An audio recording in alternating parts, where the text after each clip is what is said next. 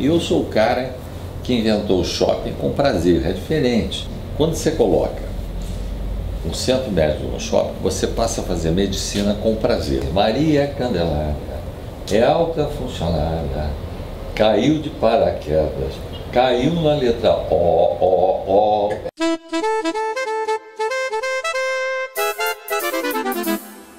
Eu construí aqui nessa cidade mais de 300 empreendimentos imobiliários, entendeu?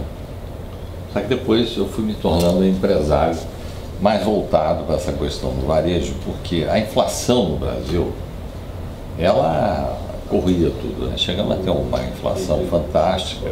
Chegou um determinado momento que eu pensei, pô, não pode mais comprar, construir e vender, porque afinal você compra uma propriedade, constrói e vende. Depois, mesmo tendo lucro no negócio, a inflação era tanta que no final, se você quisesse comprar o mesmo terreno, você nem com lucro, nem o capital empregado era suficiente para comprar a mesma propriedade. Pensei em fazer investimento de renda. Um shopping center era uma coisa, começava no mundo a despontar e etc. Eu digo, ó, isso, porque não obstante eu já tinha feito várias galerias comerciais, entendeu? Então andei perifericamente ali, só que a galeria comercial é um condomínio, cada um é dono de uma loja e aquilo não tem uma organização, uma estrutura.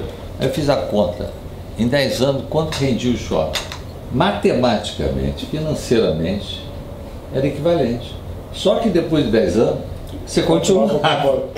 Então eu já tenho shoppings que já foram construídos há mais de 40 anos e que a renda cresceu exponencialmente.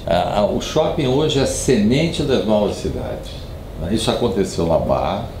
Quando eu vim para cá tinha 40 mil habitantes, tem 500 mil. O shopping, evidentemente, ele é vamos dizer assim, um equipamento urbano, regenera uma região já, às vezes até meio esquecida ou degradada, ou quando não tem nada. Então, você vê nascer no entorno dele vários empreendimentos, vários shoppings, porque ele, na realidade, ancora em matéria de serviços toda uma cidade. Você, por exemplo, aqui hoje no Barra Shopping, você tem diversos serviços, inclusive o maior centro médico que a gente tem aqui no Rio de Janeiro, dentro de um shopping. A dor e o prazer são duas faces da mesma moeda. Quando você coloca um centro médico no shopping, você passa a fazer medicina com prazer. Entendeu? Então, assim, isso diminui a resistência das pessoas de ir ao médico. E quem vai ao shopping todo dia, esse shopping recebe cerca de 30 milhões de pessoas por ano. 30 milhões. São 2 Rio de Janeiro que entram e saem. As pessoas adotam o centro médico uma questão prática. Já estão no shopping, ou precisam ir ao shopping. E fica muito cômodo, entendeu? Porque as pessoas têm que colocar prazer na vida. Sem prazer você não vive. E eu sou o cara que inventou o shopping com prazer, é diferente. Porque você pegar os grandes shoppings americanos, eles são shoppings vendendo commodities. Eu não, eu fiz entretenimento para crianças, cinema dentro do shopping. No tempo que os americanos iam, era shopping e cinema são empreendimentos concorrentes. Porque quem vai ao shopping não vai ao shopping, não vai ao cinema. Quem vai ao cinema não vai ao shopping. Mas que estupidez, pô. Porque não juntar? Eu já nasci com o cinema dentro do shopping, não tem nada disso, botar prazer. Porque eu sempre pensei numa filosofia que eu quero que as pessoas venham ao shopping independentemente de comprar. Assim, algo para comprar, você precisa ver. Então, quando você vai a um lugar, independentemente, porque é um local agradável, prazeroso, você acaba sem querer comprando, perfeito? Então, é simplesmente uma estratégia de marketing.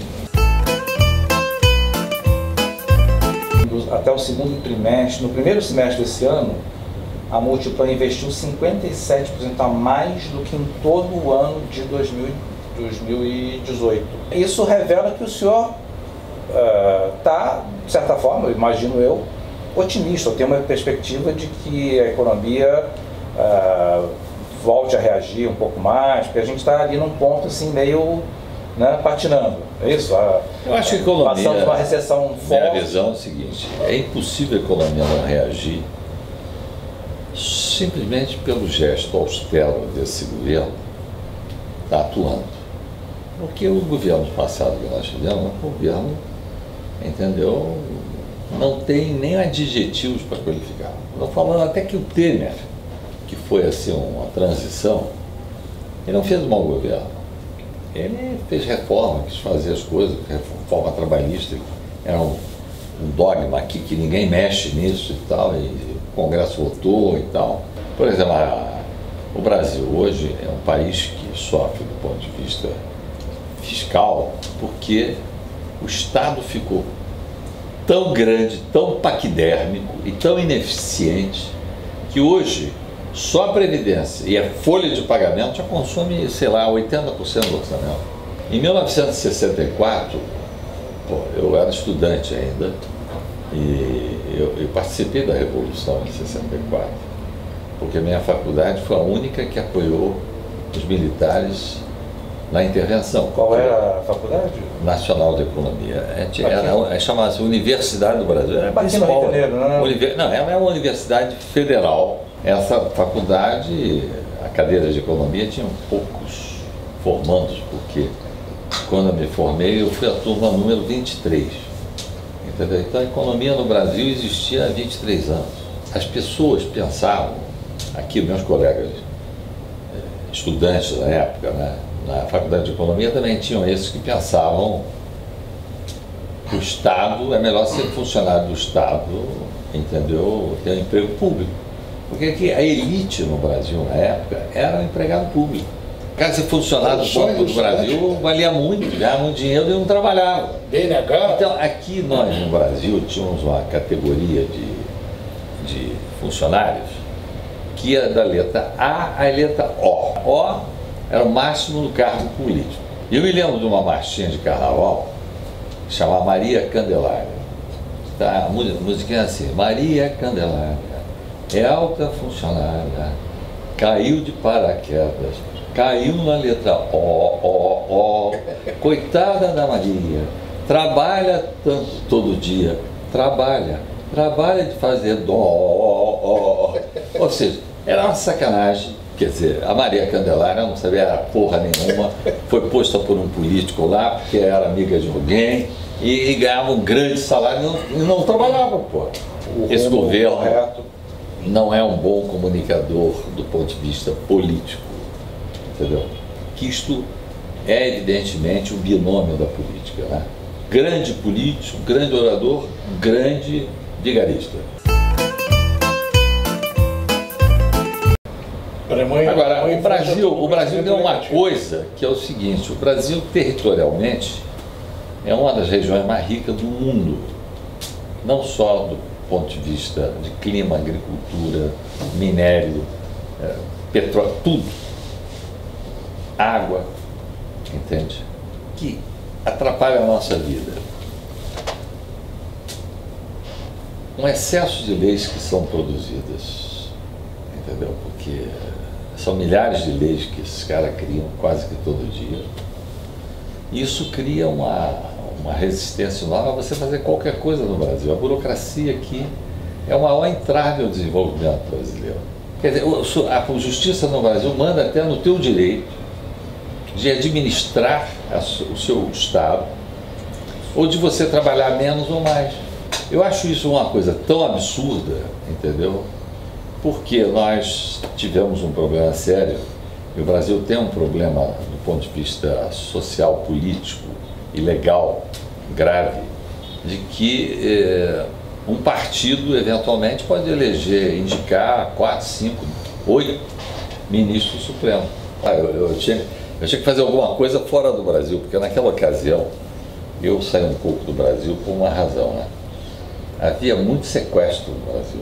Eu preciso tirar minha família um pouco durante algum tempo, até que essas coisas se recuperem. Né? E aí eu fui para Portugal, fui para Miami, entendeu? Aí construí um shopping em Portugal, foi o primeiro. Então o senhor tem um shopping? Primeiro shopping em Portugal. Qual é o shopping? Cascais Shopping. Cascais Shopping. Foi até o primeiro-ministro, Mário Soares, que inaugurou aquilo. Depois eu fiz alguns empreendimentos em Miami e levei a minha família para Portugal e os Estados Unidos, e dizer, onde é que vocês gostam de ficar? Não, Portugal não queremos ficar. Aí chegaram em Miami, não, aqui a gente fica. Põe e voltava, pega na ponte aérea, não, ninguém fica. E essa coisa da terra é muito forte, né? Eu podia estar vivendo em qualquer lugar do mundo, agora eu estou aqui. Entendeu? Porque eu gosto do que eu faço, gosto do Rio de Janeiro, gosto do Brasil, entendeu? O contato foi em 1971, eu acho, entendeu? Que eu fui com a minha esposa lá. E o senhor foi à Itália? Foi Itália. Em 71? 70, 71. Há pouco tempo atrás. E eu acho que foi em 70 pelo seguinte, o Brasil tinha ganhado a Copa do Mundo. Opa! E os italianos, rapaz, estão pé da vida. Na Itália, o que impressionou o senhor na ocasião? O que chamou a atenção? Enfim, alguma cidade? Italiano, entendeu? Muito parecido com a gente. Que cidade o senhor visitou na época? O senhor lembra? Eu fui a Roma, entendeu? Fui a Florença, acho que ali, Roma, Florença, Veneza não. Veneza não, essa foi. Então, Veneza eu fui agora, já tem muito tempo, não muito tempo, até uns 10 anos atrás, mas eu vi, evidentemente, uma Roma diferente naquela época. Um pouco mais, digamos assim, um pouco mais humana, um pouco mais... Roma, que casou-se com a mãe de um amigo meu, chamado Lívio Civiletti. Ele cantava numa boate em Copacabana, no Beco das Garrafas, chamada Little Club. Eu ia lá para frequentar a boate, encontrava com ele, tal, tomava os escotes lá. Eu tinha uma certa camaradagem lá, porque então, ele cantava lá, né? Ganhava uma grana. Como eu entrei na faculdade, para ganhar a vida, eu já trabalhava como corretor de imóveis. E ele me pede para vender o apartamento da mulher, e eu vendi o apartamento da mulher dele por um preço maior e à vista, coisa que normalmente um corretor não faz, ele deprecia para poder vender. Mas eu sempre tive dentro da minha alma o desejo de entregar às pessoas mais do que elas esperam, entendeu? E assim eu venci na vida. Aí compramos o terreno, ele pagou à vista a entrada, e eu, como não tinha dinheiro, fiquei com a dívida. Eu não tinha dinheiro para pagar 6 prestações, eram 36. O senhor tinha... Se eu não vendesse, eu estava quebrado. O senhor tinha para 6? Cheguei em casa, meu pai perguntou: o que é isso? Deu uma escritura na minha mão. Comprei um terreno. Dinheiro, pô. O meu amigo deu a entrada, eu fiquei com a dívida. Meu pai, coitado, quase morreu. Tem uma parte. Rapaz, é irresponsável. Como é que você vai pagar isso? Eu vou pagar vendendo.